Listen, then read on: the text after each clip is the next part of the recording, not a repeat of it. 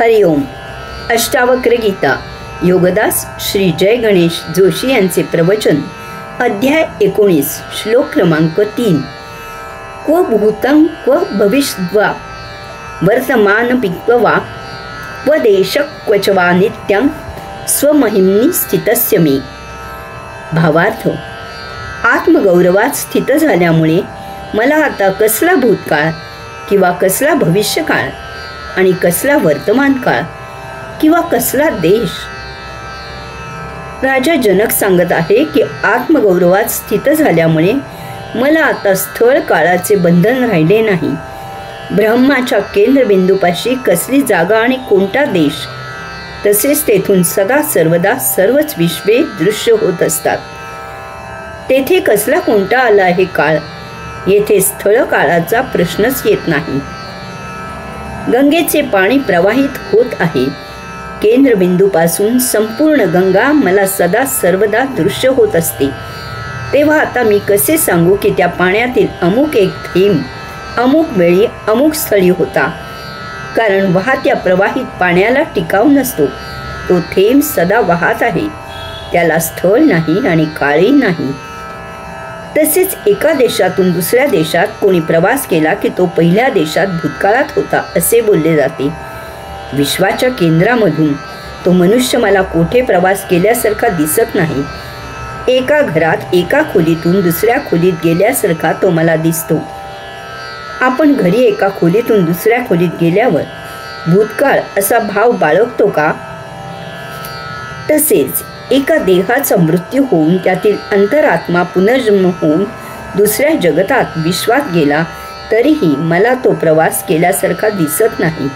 कारण मी त्याला सर्वत्र पाहत आहे. येथे काळाचा प्रश्न येत नाही आणि स्थळाचाही प्रश्न येत नाही. तसेच विश्व सतत आत्मकेंद्रासभोवती फेरे घेत प्रवाहित आहे. कोठेही काही स्थिर नाही. यामुळे मला कोठे वर्तमान दिसत नाही आणि नक्की जागाही दिसत नाही. येथे फक्त परिवर्तन आहे आणि केवळ नित्यता आहे. हरिओम. श्लोक क्रमांक 4.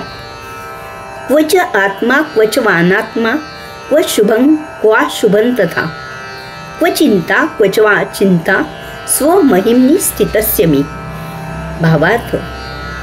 आत्मगौरवात स्थित झाल्यामुळे मला आता आत्मा अनात्मा असे काही नाही.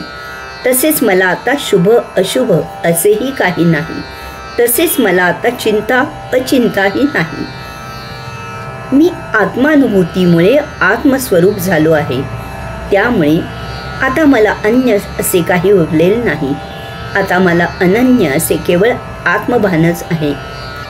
विश्वे आणि त्यामधील तमाम चल अचल सजीव निर्जीव असे वस्तू जगत हे त्या एकमेव आत्मतत्वामधूनच निर्माण झालेले आहे. त्यामुळे त्या वस्तू जगताला अनात्मा आणि त्याच्या निर्माणाला आत्मा असे म्हणले जाते.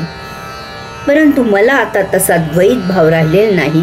कारण ज्या अर्थी अनात्म वस्तू जगत आत्मतत्वामधूनच निर्माण होते त्या अर्थी तात्विकदृष्ट्या येथे फक्त आत्माच आहे.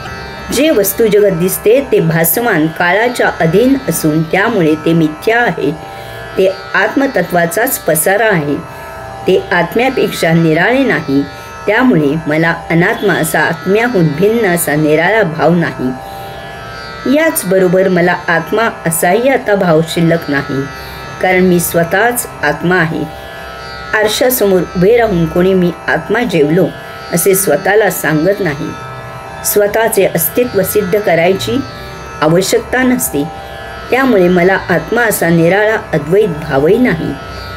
अशा प्रकारे मी आत्मा आणि अनात्मा याच्या अतीत पार पलीकडे गेलो आहे. मला काही कसल्याही भावना नाहीत. त्यामुळे पाप पुण्य सुख दुःख असेही काही नाही.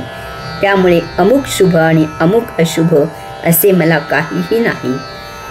मला कामना वासना नाहीत. मी मुक्त आहे. मी निस्संग आहे. मी सदा स्वच्छंद आहे. त्यामुळे मला कसल्याही चिंता आणि अचिंता नाही. हरिओम.